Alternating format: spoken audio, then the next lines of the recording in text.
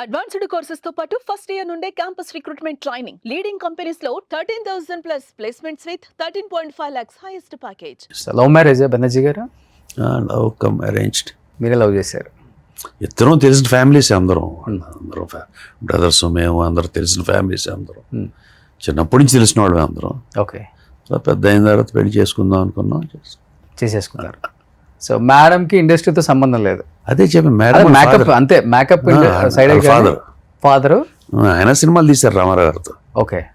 వాళ్ళు సినిమా ఇండస్ట్రీకి సంబంధించిన వాళ్ళు ఫాదర్ వాళ్ళు కాదు. వీళ్ళు ఎవరు, వీళ్ళ పిల్లలు ఎవరు లేరు. ఓకే. కిడ్స్ ఎంతమంది సార్? ఒక అమ్మాయి మ్యారేజ్ అయిపోయింది, యూఎస్లో ఉంటుంది. ఓ, అసలుకి ఇండస్ట్రీకి సంబంధం లేదు. అల్లుడు? అల్లుడు is there in no industry, is in software. So ఇద్దరు సాఫ్ట్వేర్స్, హ్యాపీ లైఫ్. సో మీ ఇద్దరు ఇక్కడ యా అంతే. సో అప్పుడప్పుడు యూఎస్ వెళ్ళొస్తుంటారా? వెళ్ళొస్తా, ఒక 6 months. వెళ్ళొస్తూ ఉంటాను, తను వస్తూ ఉంటుంది. ఇంకా మీ తర్వాత మీ ఫ్యామిలీ నుంచి ఇంకెవరు రాలే ఇండస్ట్రీకి? లేదు, ఇదే బ్రదర్స్ పిల్లలు. మైసూర్ మహారాజా వంశమా రాజ్యాలు ఇవ్వడానికి మన రాజ్యం తర్వాత మన ఎవరు వస్తారు ఉంటారు కదా మన ఇక్కడ. ఎవరు ఇది కాదు, ఎవరిని ఇంట్రెస్ట్ ఉంటే వస్తారు. ఇప్పుడు నాకేదో కొడుకు ఉండి ఆడికేదో ఇంట్రెస్ట్ ఉంటే వస్తాడు, వాడు టైం బాగుంటే పైకి వస్తాడు, టైం బాగోతే పోతాడు. ఓకే. ఇక్కడ ఎవరో ఎవరిని బాగు చేయలేరు, ఎవరు ఎవరిని చెడగొట్టలేరు. ఎవడు శత్రువు కాదు, ఎవడు మిత్రుడు కాదు. ఎవరు భుజాలను వేసి ముయ్యరు. నన్ను వాడు పైకి తీసుకొచ్చాడు, నేను వాడిని పైకి తీసుకొచ్చాను అనేది ఐ డోంట్ బిలీవ్.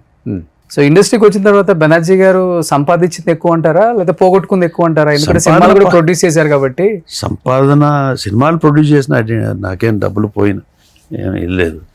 సంపాదన బతికానికి ఎన్ని సంవత్సరాలు సార్, ఇండస్ట్రీలో నుంచి వచ్చిన డబ్బులేగా బతుకుతున్నాను. I'm happy, I'm getting money from there. Okay. And sir ఒక నాన్నగారు మీరు సంపాదించింది ఒక 500 కోట్లు ఉంటుందా? ఈ 500 కోట్లు 200 కోట్లు దట్స్ ల్యాండ్ కాస్ట్ ఎక్కువ కదా. దట్ ఈస్ ఇమ్మెటీరియల్ అండి. అసలు ఎంత 500 కోట్లు ఉంటాయా, 200 కోట్లు ఉంటే 100 కోట్లు ఉందా, రూపాయి ఉందా, that is immaterial. How good you are living. Okay. మీరు హ్యాపీ? Yeah, I'm happy. అంటే ఇండస్ట్రీలో ఒకటి ఉంటుంది కదా సార్, ఏముంటుంది మీకు నేను చెప్పనక్కర్లేదు కదా.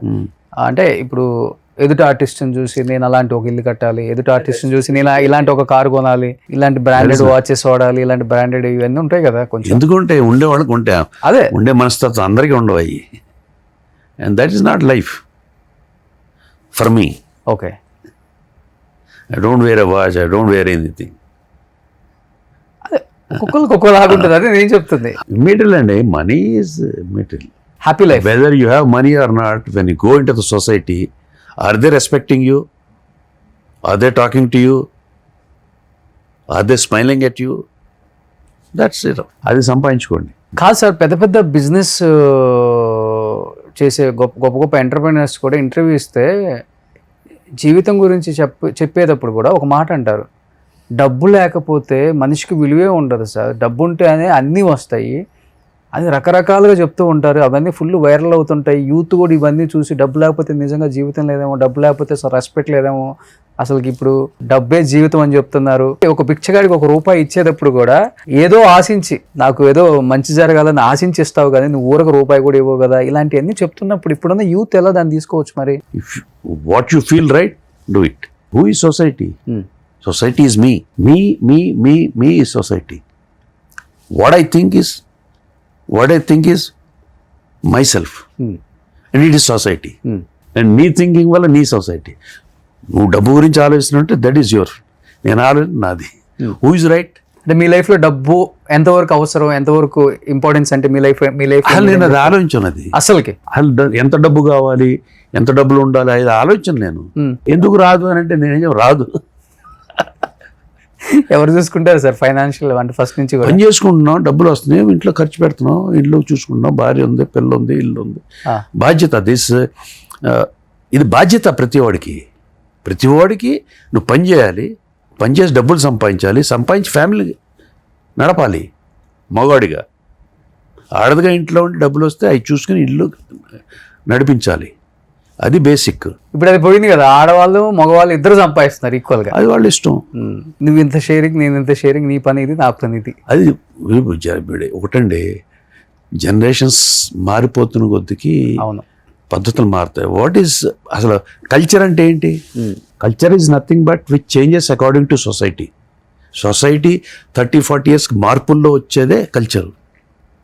కల్చర్ పూర్వం ఆడవాళ్ళు అసలు ముసుగేసుకునే వాళ్ళు బయటకు వచ్చేవాళ్ళు కాదు. అది కల్చరా? మరి అది ఎందుకు పాటించారు కల్చర్ అయితే? అలాగా ఆ రోజుల్లో ఉండే పద్ధతులు అయ్యే కల్చర్, మన హిందూ కల్చరు, మన ఇండియన్ కల్చర్ అంటే అయ్యే ఎందుకు రాట్లా?